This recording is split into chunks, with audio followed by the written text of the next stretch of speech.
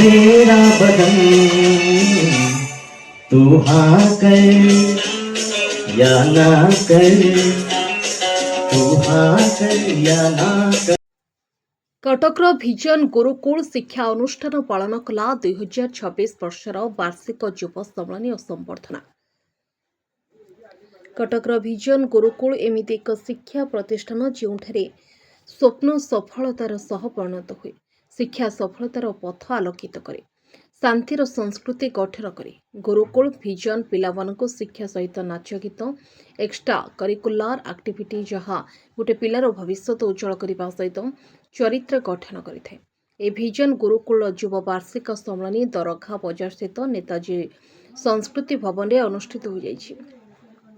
ए भव्य कार्यक्रम में चलित वर्ष वार्षिक परीक्षा रे टॉपर होइतबा कृति छात्र छात्री को पुरस्कृत करने सहित विभिन्न करिकुलार एक्टिविटीज रे निजर प्रतिभा प्रदर्शन कर सफल होइतबा पिलामानंकु ट्रॉफी सहित सम्मान और प्रमाण पत्र प्रदान करा जायथिला।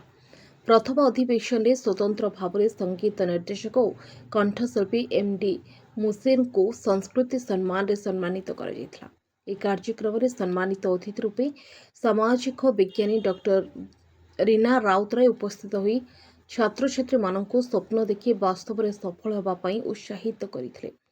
समाजर प्रकाशक राजेंद्र जेना मुख्य वक्ता भाव में जोगदे भिजन गुरुकुल कार्यक्रम को प्रशंसा करी वक्तव्य कहिथिले जे भिजन गुरुकुल पिलामानंकु शिक्षा देवा सहित पिलांक चरित्र गठन उपरे गुरुत्व देउछि। एहा समाज पाई अति आवश्यक।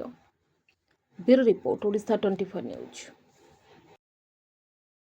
दीपायन पट्टनायक एवं देशपी से माने केपरी भल काम करें, राष्ट्रपी भल काम करें, आम राज्यपी भल काम करें, किपरि से माने विभिन्न क्षेत्र में विभिन्न टेक्नोलोजी को अडॉप्ट करी से माने विभिन्न पोजिशन में रही राष्ट्र सेवा सहित सारा विश्व सेवा करें, से विषय आज आलोचना हो। राव मो vision Gurukul founder and chairman अच्छे।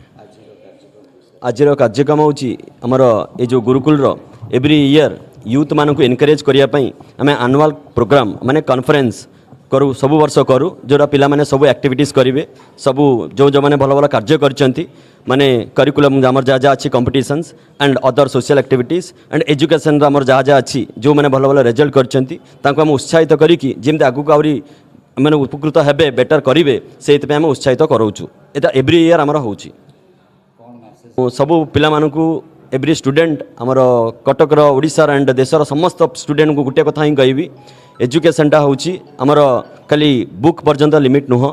सो सबू एक्टिविटीज रे से माने ये करंतु, पार्टिसिपेट करंतु, जोड़े कि तांकर स्किलटा डेवलप हबो नॉट ओनली इन एजुकेशन माने गोटे डिसिप्लिन आ सबुतरे स्किलटा डेवलप हबो। ए जो आमर प्रोग्राम गुड़ा जहाँ जहाँ भी होची सबुतरे पार्टिसिपेट कले तांकर इंटरनल एबिलिटी डेवलप हबो। से मु कहूँ ए सब कले आमर पिला मानकर स्किलटा डेवलप हो बोली ए सब मु करूँ।